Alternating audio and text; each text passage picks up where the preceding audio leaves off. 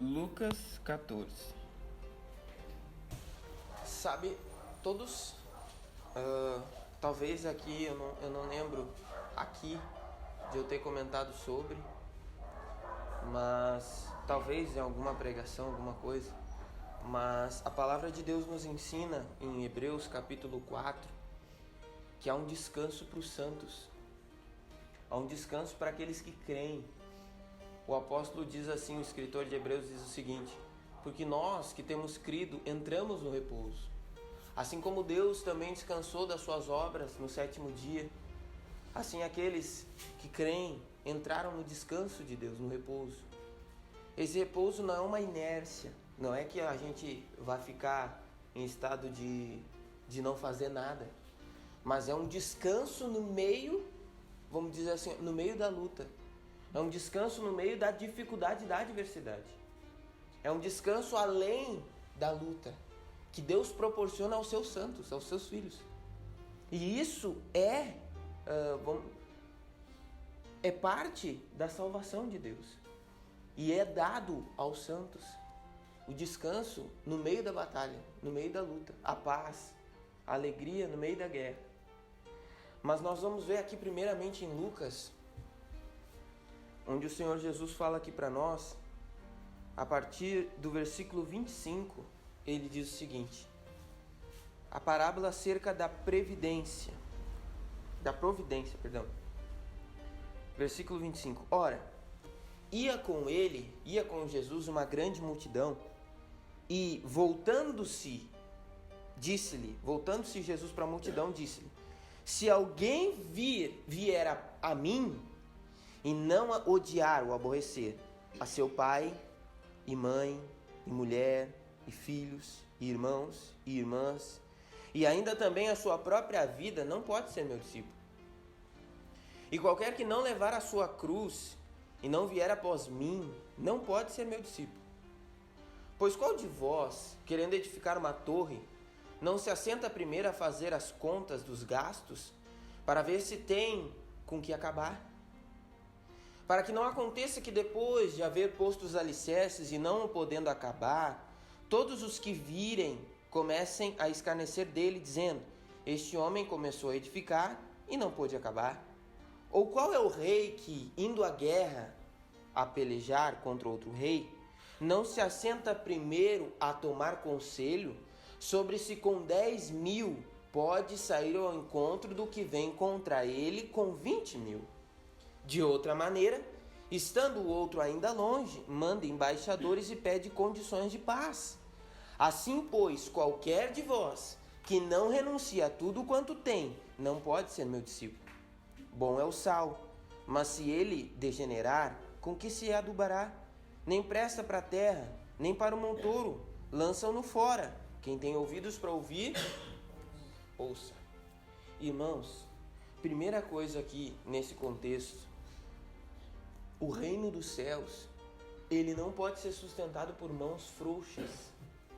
Eu não posso vir essa decisão de entrar ou eu estar no reino dos céus, não tem nada a ver com entusiasmo, não tem nada a ver com onda, não tem nada a ver com eu seguir uma onda, porque como eu digo para você, hoje é onda ser evangélico, hoje é bonito, ninguém persegue.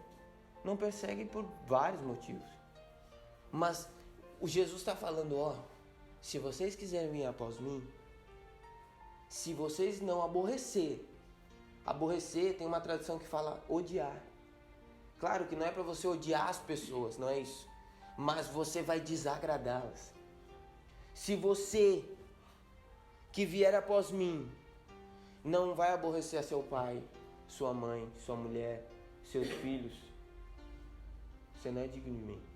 Se você não tomar e qualquer que não levar sua cruz e vir após mim, não é digno de ser meu discípulo, não pode ser meu discípulo.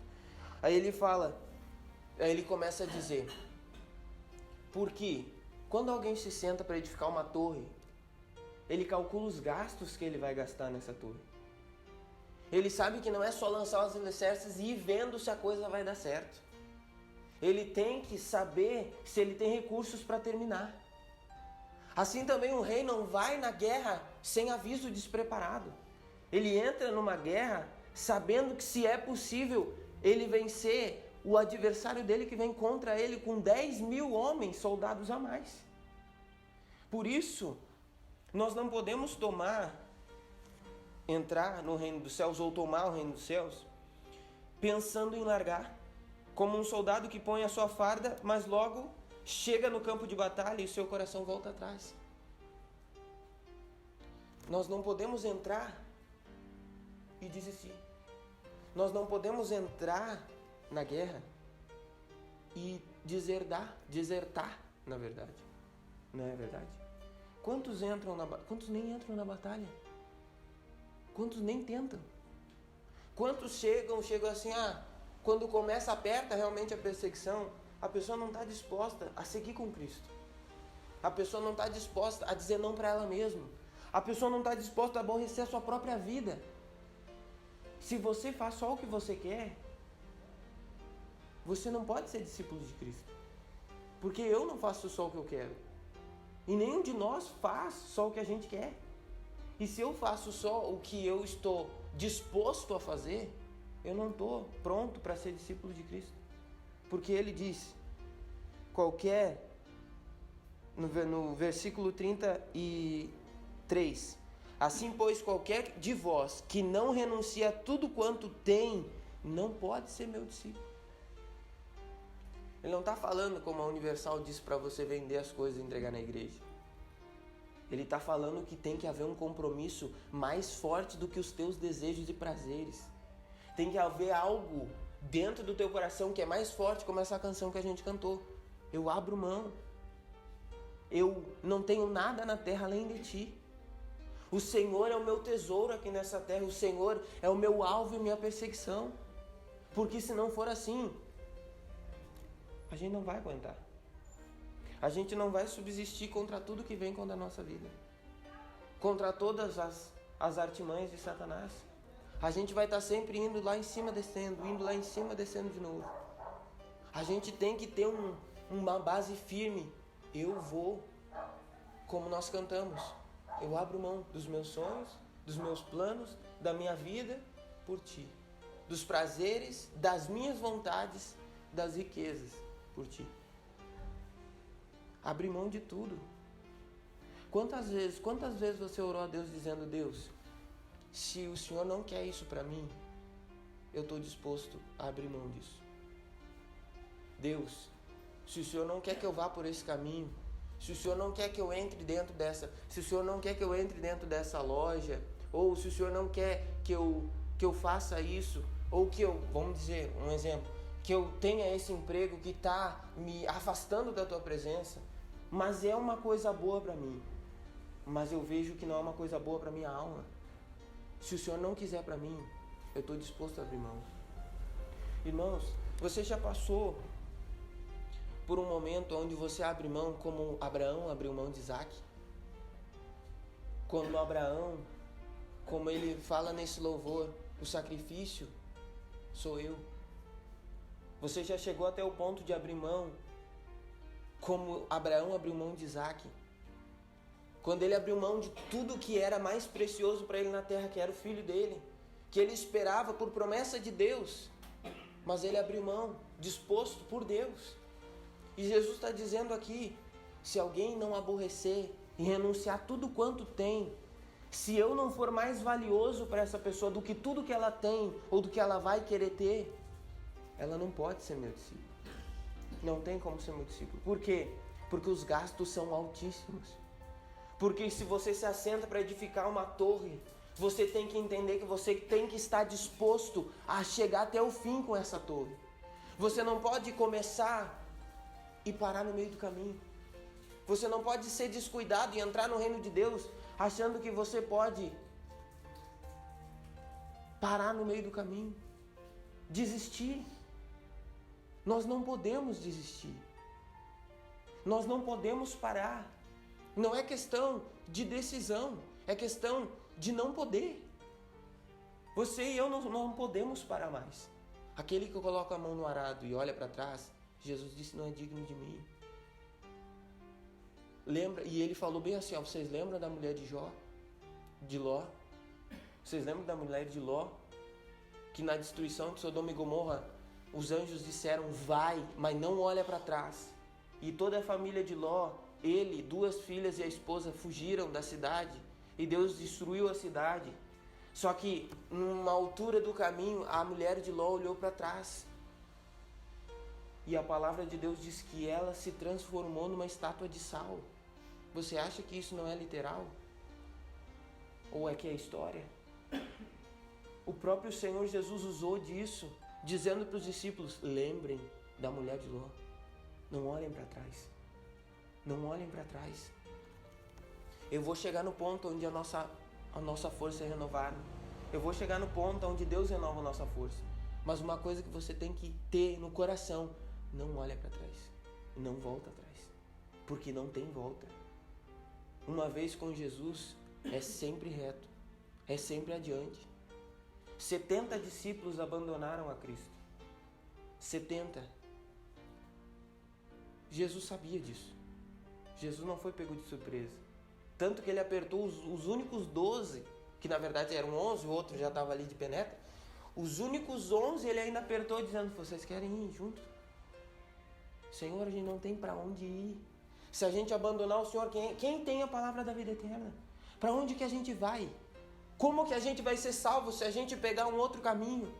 O Senhor é o único caminho, não tem para onde ir. Não é escolha. É necessidade. Não tem para onde ir. É o único caminho. Não tem como eu pegar o caminho da direita ou da esquerda. O Senhor é o único. Você entendeu? Aquele que entra no reino, ele tem que entrar com essa mentalidade. Ele tem que entender que ele não tem escolha. Que não há escolha. Ou Cristo ou o inferno. Não tem um meio termo. Eu tenho que entrar com Cristo e ir até onde Ele quer me levar. E está disposto a fazer como esses homens aqui da torre e o rei. Se assentar e pensar. Eu estou disposto a seguir os gastos. Lê comigo de novo o versículo 25. Ora, versículo 25. Ia com ele uma grande multidão. E voltando-se, disse-lhes, se alguém vir a mim e não aborrecer o seu pai, a sua mãe, sua mulher, filhos, irmãos, irmãs, e ainda também a sua própria vida, não pode ser meu.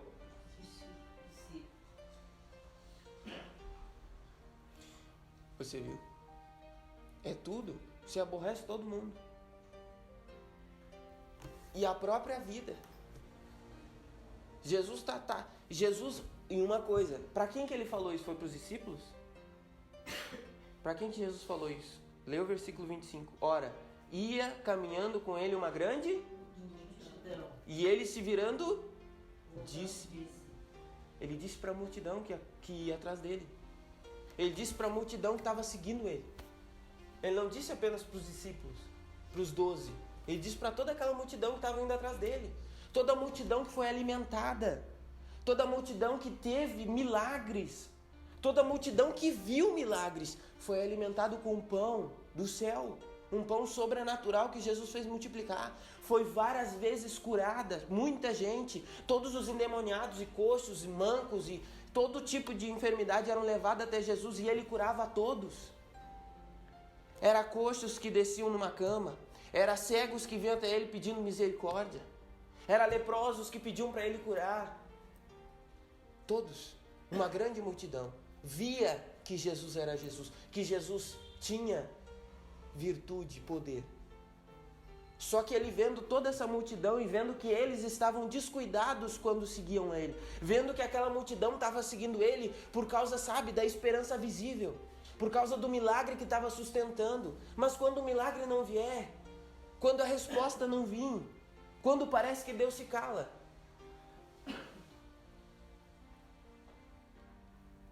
Abre em Provérbios capítulo 13. Deixa marcado aí. Abre em Provérbios 13. Provérbios capítulo 13. Versículo 12. A esperança demorada enfraquece o coração, mas o desejo chegado é árvore de vida. Olha para mim.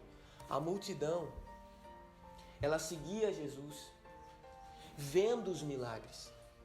Ela via coxos levantar todo dia. Isso era corriqueiro. Era tanto que o apóstolo João, quando escreveu o Evangelho de João, ele disse: se todos os milagres que Cristo fez fossem escritos em algum livro, não se poderia conter a quantidade de livros que seriam escritos por causa do que ele fez e de tudo que ele fez. A própria vida de Cristo, o próprio andar de Cristo era um milagre muito maior do que tudo. Era encostar nele, era chegar perto dele, eram as palavras que saíam da boca dele. Eram os milagres sobrenaturais, era um andar sobre as águas, era coisas extraordinárias. Era o estáter da boca do peixe, era a pesca maravilhosa, tudo isso. Até mesmo os discípulos viram. Só que Jesus, vendo que a multidão seguia ele, ele disse: eu vou dizer uma coisa para vocês. Não adianta vocês apenas me seguir por causa da esperança, do desejo que vocês estão tendo suprido. Porque o desejo chegado é árvore de vida. Não adianta vocês me seguir quando os desejos de vocês estão sendo realizados. Mas quando eu pedir algo para você que você não quer dar? Quando eu chegar e requerer de você algo que você não está disposto a abrir mão?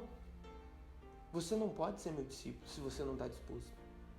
Você não pode ser meu discípulo real se você não está disposto a abrir mão da sua própria vida. Você entendeu? Porque a esperança demorada enfraquece o coração. Naturalmente, é exatamente isso. A pessoa que tem um desejo e que espera e bota toda e vamos dizer assim, investe todas as fichas nesse desejo. Quanto mais ele demora, mais a fé enfraquece, mais a força enfraquece. O desânimo, a ansiedade, a preocupação, tudo isso vem. A dúvida, o medo, tudo isso. A esperança demorada enfraquece. E ela realmente enfraquece. E Jesus disse para a multidão: vocês não podem ser meus discípulos se vocês estão só olhando para os desejos que são supridos, os desejos cegados. Se o entusiasmo de vocês é porque eu estou respondendo. Se vocês me seguirem é porque eu estou sempre respaldando você como Jó, como Jó. Satanás chegou e disse: tu dá tudo para ele, tira dele, para te ver se ele não vai blasfemar na tua cara. Tu não conhece o meu servo, eu conheço o meu servo. Tirou tudo dele. Ele só curvou a cabeça e disse: o Senhor deu, o Senhor tirou. Louvado seja o nome do Senhor. A mulher de Jó: mas tu é louco, amaldiçoa teu Deus e morre. Não, mulher. Ele é Deus. Aí não só isso, perdeu os filhos, perdeu o gado. Chegou a notícia, perdeu o gado. Chegou outra notícia, logo que o outro parou de falar, chegou outro. Teus filhos estavam congregados na casa do mais velho, veio um vento e derrubou as paredes em cima deles. Todos morreram, só eu sobrevivi para contar a história, que era um servo. Aí veio outro e disseram outra coisa. Eu acho que foram uns 3 ou 4, não lembro bem, mas foram uns 3 ou 4 mais, um em cima do outro. Jó pegou, se sentou no chão e disse: meu Deus. Ele se sentou no chão e jogou cinza sobre a cabeça dele, com um sinal de luto e de tristeza, de profunda tristeza. Só que não falou nada contra Deus. E aí Satanás disse para o Senhor: não, então tá. Tu viu? Deus disse para Satanás: tu viu? Tá aí o meu servo. Mesmo perdendo tudo, ele não blasfemou nem falou nada contra mim. Aí Satanás disse: não. Pele por pele, vida por vida. Toca no homem e tu vai ver se ele não vai blasfemar na tua cara. Deus disse: eu permito que tu toque nele, mas tu não vai tirar a vida dele. Satanás foi e tocou. E aí veio um monte de feridas e úlceras em Jó. E a palavra diz que ele tinha que coçar essas feridas com um caco de telhas. E se isso não bastasse, 3 amigos de Jó começaram a lançar na cara de Jó o que ele não tinha feito. Jó, tu está em pecado, porque Deus não faria isso com alguém que não estivesse em pecado. Jó, tu está errado, Jó, tu tem que te arrepender. E Jó respondia, se eu tenho, ele me mostre, porque eu quero me achegar diante dele e achar. Se eu tenho algo para me arrepender, eu quero me arrepender e preciso. Só que eu não tenho nada, eu estou com as minhas mãos limpas. O que eu posso fazer? Eram os amigos de Jó, era a esposa de Jó, era a situação, tudo contra Jó. E o que esse homem fez? O que nem os amigos dele fizeram. Ficaram e se manteram diante de Deus. Sinceros, puros.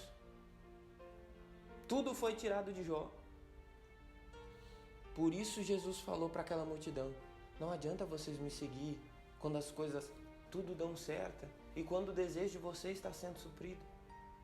Vocês têm que estar dispostos a aborrecer pai, mãe, filho, filhas, irmãos, irmãs, e não apenas a tua própria vida, porque sem isso tu não pode ser meu discípulo.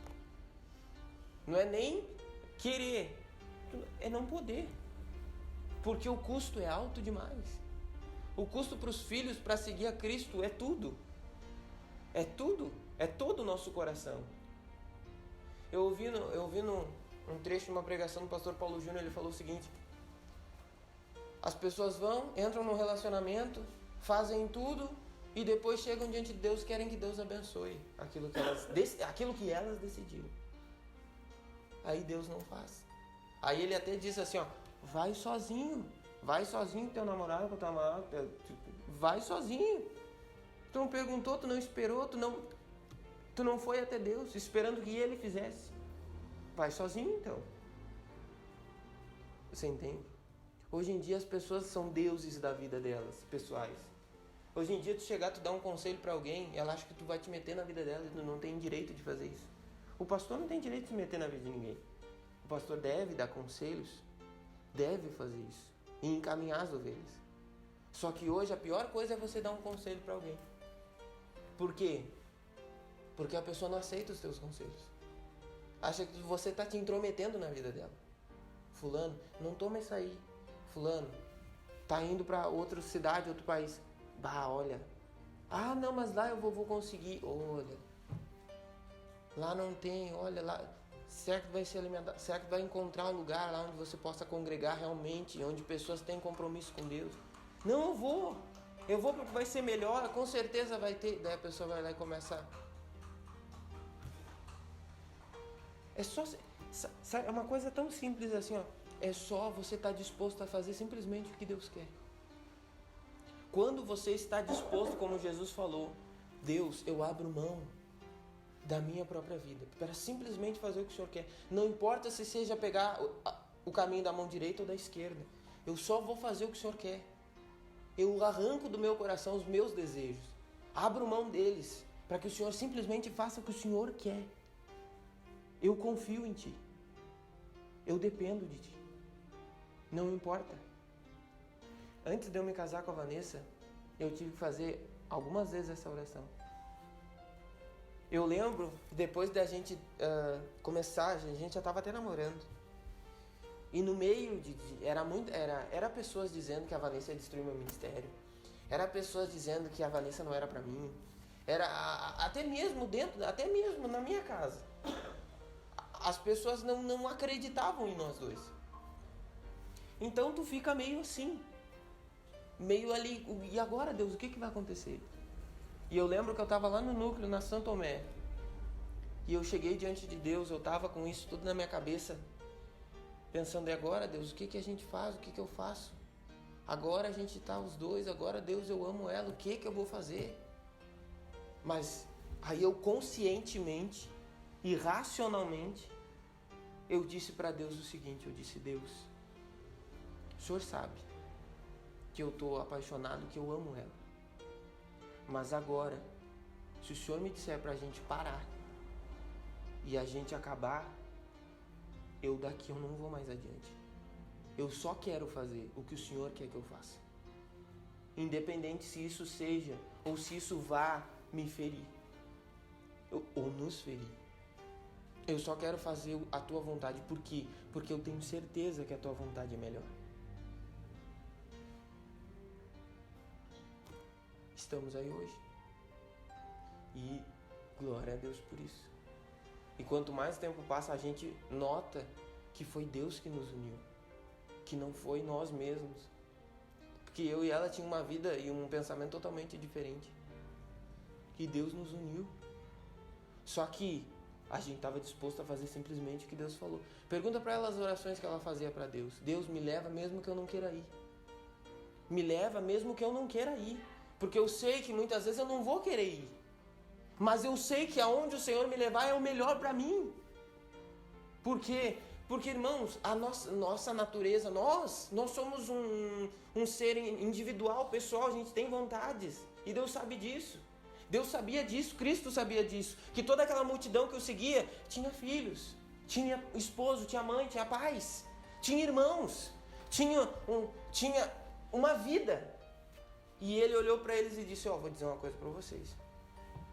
Até agora vocês só estão recebendo. Mas vai chegar um momento que vocês não vão receber. Pelo contrário, vai chegar um momento que vocês vão perder. E se vocês não estiverem dispostos a perder, vocês não estão preparados para ser meus discípulos.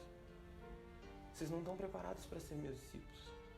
Porque se alguém não negar sua própria vida, não aborrecer pai, mãe, esposo, filho, e vir após mim, e carregar a sua cruz, e vir após mim, não pode ser meu discípulo. Jesus, sabe o que Jesus estava fazendo? Jesus estava sendo bom. Por quê, pastor? Porque ele estava avisando. Ele não disse para aquela multidão, não, vem, pode vir que Deus vai mudar a tua vida. Vem para a igreja, como os pastores fazem. Vem para a igreja que a tua vida vai ser transformada. Vem para a igreja que a tua vida vai ser mudada. Vem para a igreja que você não vai ter mais nenhuma dificuldade. Pode vir para a igreja, eu vou orar por ti. Dá o teu dízimo, tu vai ver que tu vai prosperar que nem doido. Vem para a igreja porque tu vai ver a tua vida mudar. Tu vai ver a cura chegar. Tu vai ver o teu filho se converter. Tu vai ver isso, aquilo acontecer. Mas não foi o que Jesus falou. Jesus falou o contrário. Você quer me seguir? Você tem que renunciar a si mesmo para me seguir. Senão você não pode ser meu discípulo. Não tem como você ser meu discípulo. Por quê? Porque o preço é muito alto. Você vai ter que estar disposto a me seguir. Jesus chegou para um jovem e disse, me segue. Senhor, deixa eu me despedir dos meus pais. Aquele que põe a mão no arado e olha para trás não é digno de mim. Aí outro, Senhor, eu preciso ir lá enterrar o meu pai. Deixa eu enterrar o meu pai, depois eu vou te seguir. Deixa os mortos enterrar os seus mortos. Tu vai e anuncia o reino de Deus. Que insensibilidade, né? Que insensibilidade. Vai falar isso para uma pessoa hoje. Tu é apedrejado. Mas a boca do próprio amor falou isso. A boca daquele que é perfeito, que não houve nele engano algum, falou isso. Se tu olha para trás, não é digno de mim. Deixa os mortos enterrar os teus mortos, vai e prega o reino. Senhor, eu vou contigo para onde o Senhor quer.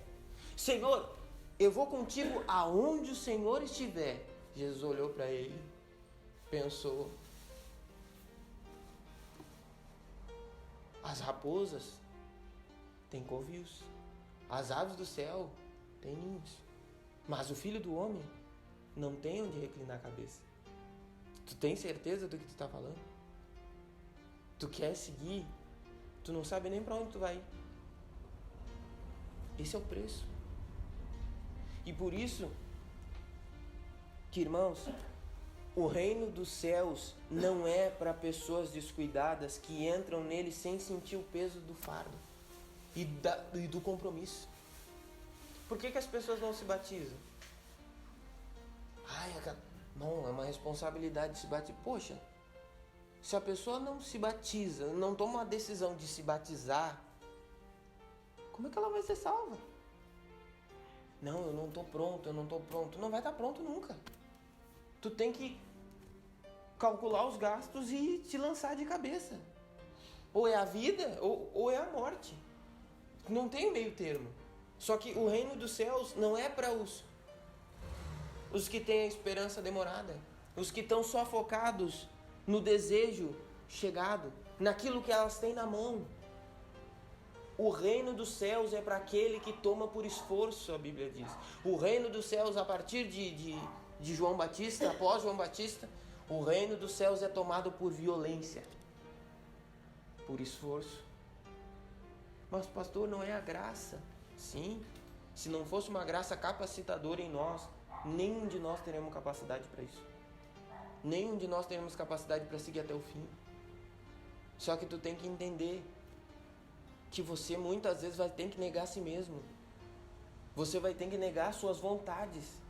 Você vai ter que negar aquilo que é o seu desejo. Não é verdade?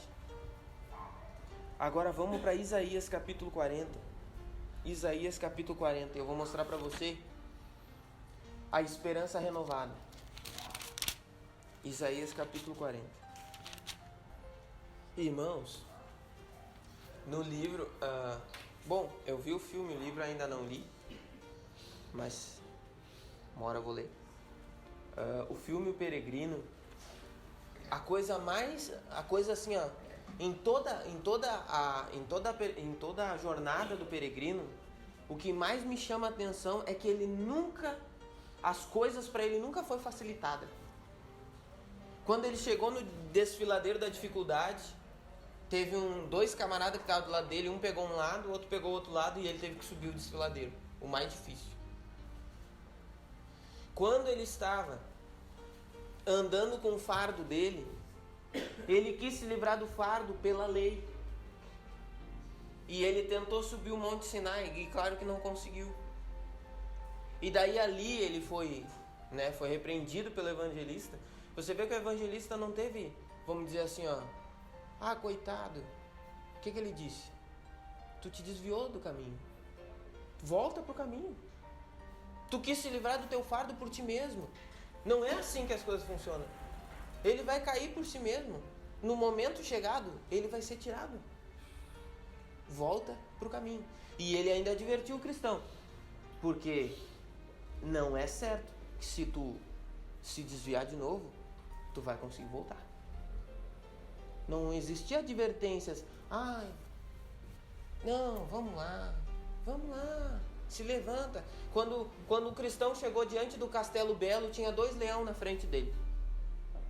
Aí tinha um cara do outro lado esperando ele. Aí o cristão parou, estagnou na porta, e aqueles 2 leões e o homem disse assim para ele: o quê? A tua fé é tão pequena? O homem não ajudou o cristão.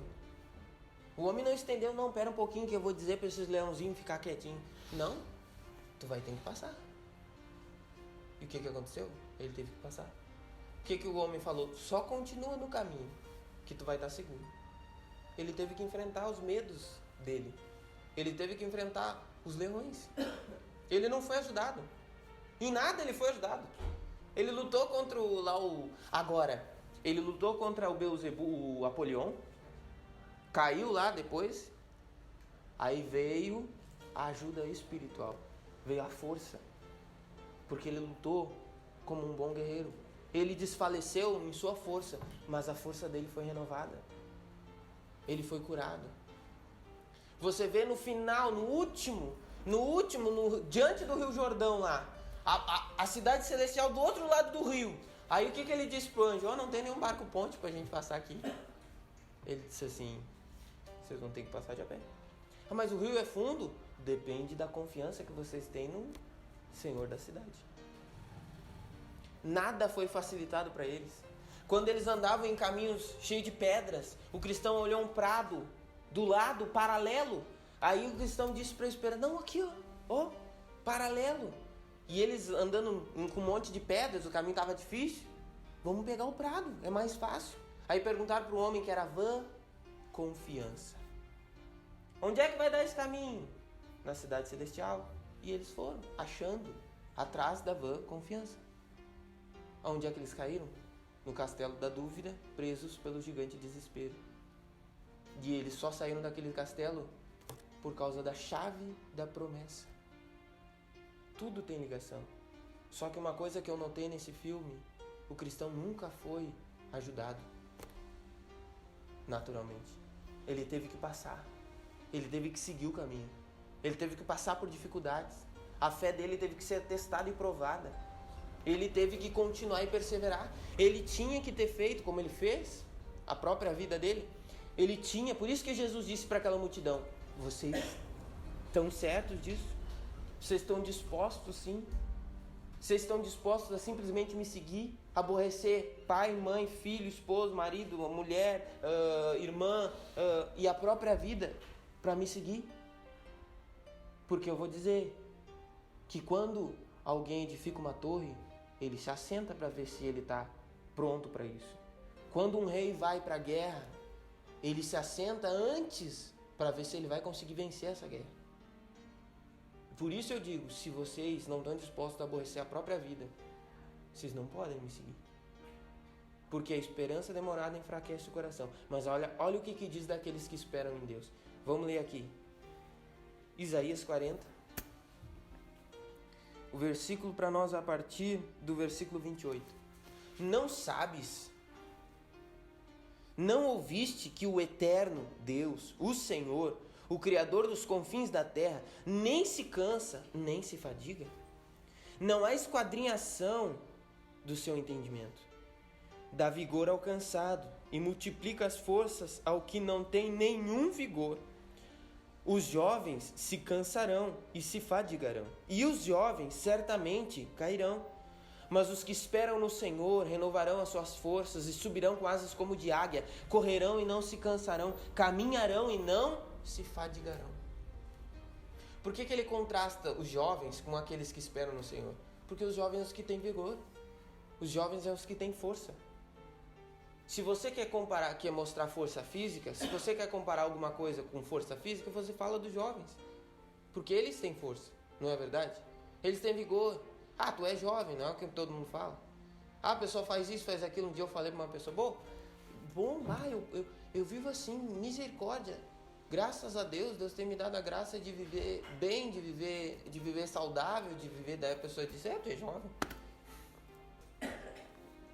Você iguala jovem com força. Só que daí Deus ele diz aqui, os jovens se cansarão, os jovens se fadigarão e os jovens certamente cairão. Porque por mais de todo o vigor que há no jovem ou da força do homem, ele vai se fadigar, ele vai se cansar e ele vai cair. Por isso a esperança demorada, naturalmente, ela sempre vai enfraquecer o coração. Por isso que se a minha esperança, a minha base está no que eu espero e desejo, ou quero ver na minha frente, vai enfraquecer o coração. O apóstolo Pedro, escrevendo a segunda carta ou a primeira carta, ele diz assim, eu quero lembrar vocês que a vinda de Cristo está aí. E que muitos estão achando e estão dizendo, que há 2000 anos, há muito tempo ele disse, e aquilo nem fazia muito tempo ainda, né? Há muito tempo ele disse que viria e não veio até agora. Aí o apóstolo diz assim, mas eu quero lembrar vocês que para o Senhor, um dia é como 1000 anos, e 1000 anos é como um dia. E ele não retarda a sua vinda, como alguns acham. Pelo contrário, ele é longânimo, esperando que todos se arrependam e venham ao conhecimento da verdade. Esperando que os que estão tortos se arrependam. Ele não retarda a sua vinda. Jesus não retardou a sua vinda. E a gente vê pelos frutos e pelas folhas da figueira que Jesus está bem perto. Por tudo que a gente está vendo. E o que eu tenho percebido e notado é que a fé das pessoas tem diminuído. E a esperança também. A fé está quase só o grãozinho realmente de mostarda. Já não tem mais uma esperança viva, um entusiasmo na presença de Deus, um entusiasmo de estar com Deus, de seguir adiante, de estar junto, apaixonado, perseverante, em oração, em meditação, em devoção a Deus. Por quê? Por causa da esperança demorada. Mas Deus disse, versículo 31, mas os que esperam no Senhor renovarão as suas forças e subirão com asas como de águia, correrão e não se cansarão, caminharão e não se fadigarão. As tuas forças vão ser renovadas. O teu vigor vai ser mais uma vez renovado. Não tem essa história do amor se esfriar. Mas como, pastor, a Bíblia diz, eu sei, e o amor de muitos se esfriaria. Só que não tem essa história do nosso amor se esfriar.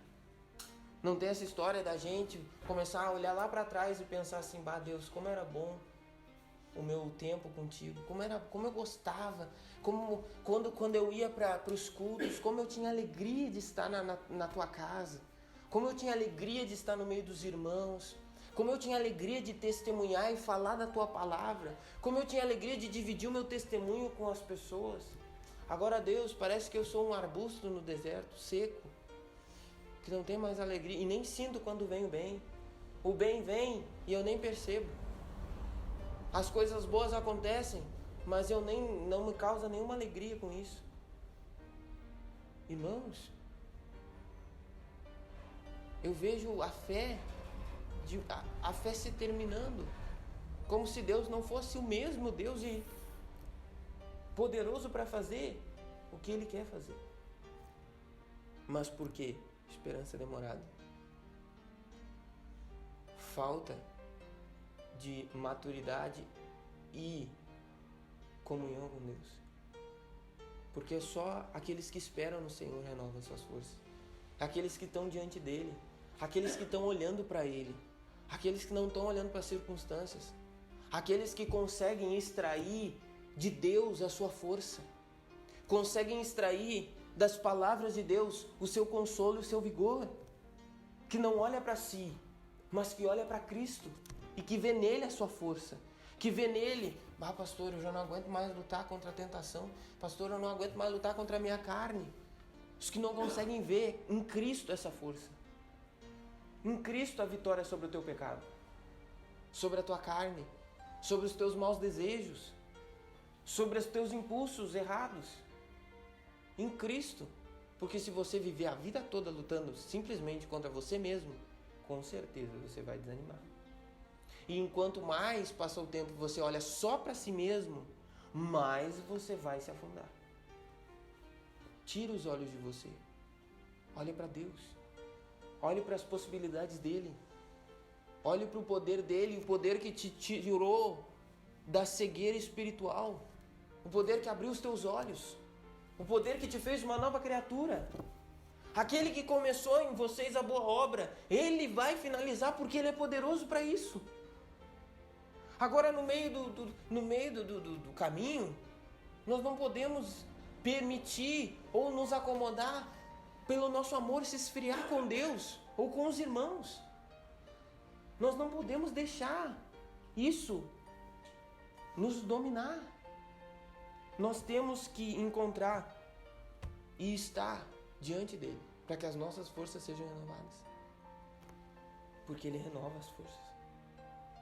Ele traz de novo o zelo, ele traz de novo o fogo, ele traz de novo o vigor, ele dá de novo a visão. Ele coloca, como a Carol orava aqui, ele coloca de novo a chama no coração. A chama de seguir, a chama de estar junto, a chama de prosseguir. Deus, nada vai me parar nesse mundo, nada vai me parar, Deus. Pode acontecer o que for, eu vou estar aqui. Por isso Jesus disse, faz os cálculos. Porque o negócio não é brinquedo, não. Faz os cálculos. Porque vai exigir tudo de você. Vai exigir tudo de você. Não é só o momento da alegria. Vai ser o momento da tristeza. Não é os momentos de glória. Vai ser os momentos de infâmia. Vai ser os momentos de perseguição. Jesus não era só os momentos de glória. Tinha uma hora que queriam colocar Jesus como rei. Tinha outra hora que queriam apedrejar ele. Contradição. Tinha uma hora que todo mundo queria tocar nele porque queria ser curado. E tinha outra hora que queriam empurrar ele do precipício para matar. Que coisa. Tinha uma hora que falavam que ele era o Messias. Daí outra hora falavam que ele era filho de Beelzebul. Que ele fazia o que ele fazia por causa do poder de Beelzebul. A vida de Cristo era toda essa oscilação, as pessoas oscilavam. Uma hora elas queriam, outra hora não. Uma hora elas botavam ele lá em cima, outra hora elas jogavam ele lá embaixo. Uma hora ressuscita Lázaro, outra hora queria até matar Lázaro, porque ressuscitou lá, queria matar Jesus e Lázaro junto. As coisas às vezes não acontecem da forma que a gente espera. Eu creio, com certeza, Jesus não esperava. Jesus sabia o que tinha no coração dos homens. Mas às vezes a gente espera respostas. Às vezes a gente espera alguma coisa, não é? É bom quando alguém diz pra você, vai, continua, você tá na bênção. Alguém chega pra você e diz, meu irmão, minha irmã, segue porque esse é o caminho. Mas quando você não tem ninguém que fale isso pra você, quando você tá, como Spurgeon diz, um protestante solitário que não tem ninguém pra dizer pra você, tu tá no caminho certo. Quando você tá que nem Atanásio contra o mundo e o mundo contra Atanásio. Não tinha ninguém para ele se apoiar, a não ser Cristo. Não tinha ninguém para ele se apoiar, a não ser as Escrituras. E se você não tiver ninguém para você se apoiar, se você não tiver ninguém para você onde você pode contar, não. Você pode dizer, mas pastor, eu tenho o Senhor. Glória a Deus por isso. Agora, entenda, se você não tiver, você tem que estar pronto. E é para isso que o pastor está aqui, para te deixar pronto. O apóstolo Paulo, ele passava pelas igrejas e ele ensinava as igrejas. Depois ele escrevia para as igrejas, esperando que elas se fortalecessem. E muitas vezes ele chorava, ele dizia, outra vez eu tenho que sofrer as dores de parto, porque Cristo ainda não foi formado dentro de vocês. Vocês estão voltando para o legalismo. Vocês estão voltando a tentar se justificar pelas obras. Quem é que vos enfeitiçou para abandonar a verdade? Eu queria, olha as palavras do apóstolo, eu queria que esses que estão aí confundindo vocês, eu queria que eles se castrassem. Porque eles falavam tanto na circuncisão, né? Eu queria que eles se castrassem, em vez de estar importunando vocês. Ele queria que a igreja crescia. Ele chorava, ele escrevendo para a igreja de Filipenses 3:18, ele diz assim, ó, por diversas vezes eu vos disse, e outra vez digo, chorando, que existem muitos no meio que são inimigos da cruz de Cristo. O Deus dele é o ventre, a glória deles é para a perdição deles mesmos. Por quê? Porque eles só pensam nas coisas que são na terra.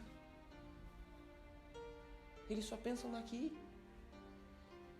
Jesus disse para os discípulos dele, eu vou enviar vocês no meio de lobos, devoradores. Eis que vos envio no meio de lobos, devoradores. Ele estava enviando ovelhas no meio de lobos. Isso vamos dizer assim, é um suicídio. Eis que vos envio no meio de lobos. Vocês têm que ser prudentes como a serpente, mas simples como a pomba.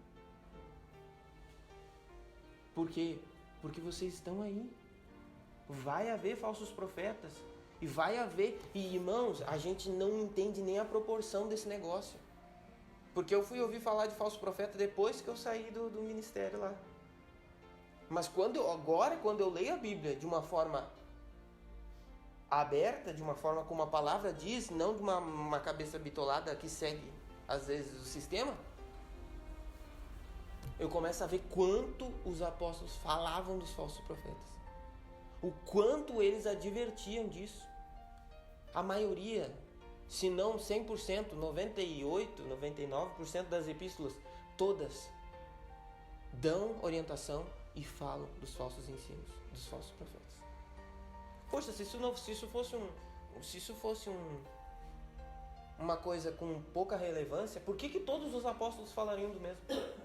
Por que Pedro falaria? Por que João falaria? Tiago falaria? Judas falaria? Paulo foi um dos que mais falou. O próprio Cristo. Por que eles falariam tanto se isso não fosse evidente e não fosse um perigo para as ovelhas? Então, irmãos, Deus, ele diz para nós, espera no Senhor. Pastor, eu estou fraco. Espera no Senhor. Confia nele. Olha para ele. Olha para ele e as tuas forças serão renovadas. Olha para ele e você vai ver mais uma vez a tua fé brotando dentro de você. Olha para ele mais uma vez, você vai perceber e sentir o vigor para seguir a Cristo, para andar com Deus. Mas se você tirar os olhos dele e olhar para as tuas circunstâncias ou para você mesmo, você vai fazer igual que o Provérbios diz, vai enfraquecer o teu coração. Olhe para ele, confie nele, esteja disposto a segui-lo aonde quer que ele vá. Esteja disposto a andar com ele, por quê? Porque no caminho com ele, ele vai renovar tuas forças. Você pode estar no momento correndo, você não vai se cansar. Você pode estar em algum momento caminhando, você não vai se fadigar. Amém? Uma coisa que você tem que entender, no nosso caminho, às vezes a gente está correndo, às vezes a gente está só caminhando, às vezes a gente está só engatinhando, e às vezes a gente está só se arrastando, contentes que a gente está avançando ainda. Só que ele vai renovar as nossas forças. Ele vai renovar as nossas forças. Ele vai dar o que a gente precisa e suprir no caminho tudo o que nós precisamos. Agora, uma coisa a gente tem que estar disposto a simplesmente fazer o que ele quer. E se colocar nas mãos dele, confiados que ele vai fazer o que ele quer. E vai nos levar no melhor. Amém? Amém. Glória a Deus. Irmãos, esse é o descanso da igreja. É esperar em Deus. Fazer dele a sua força.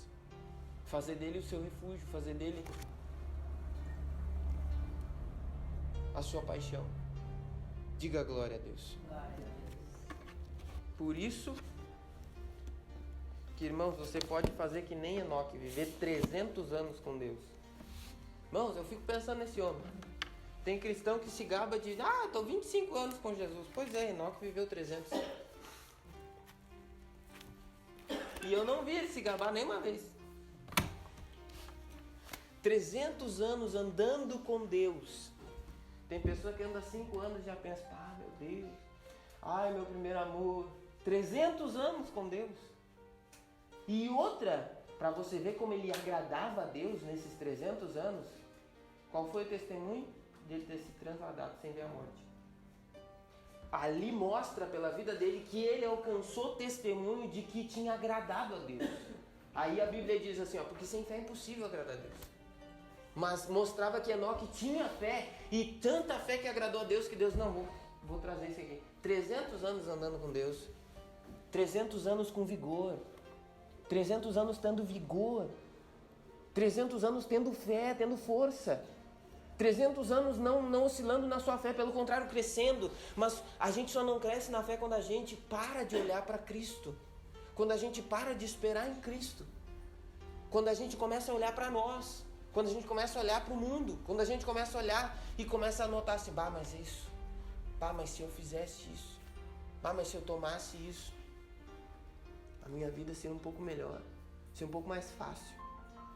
Bom, se eu tivesse esse ganho aqui, se eu pegasse mesmo esse pouquinho, mesmo que eu estaria ofendendo o meu Deus, mas se eu pegasse mesmo um pouquinho, ali na frente a minha vida seria mais fácil. Você está entendendo? Se vender, se deixar, se render para a tentação. Não se renda. Não se renda.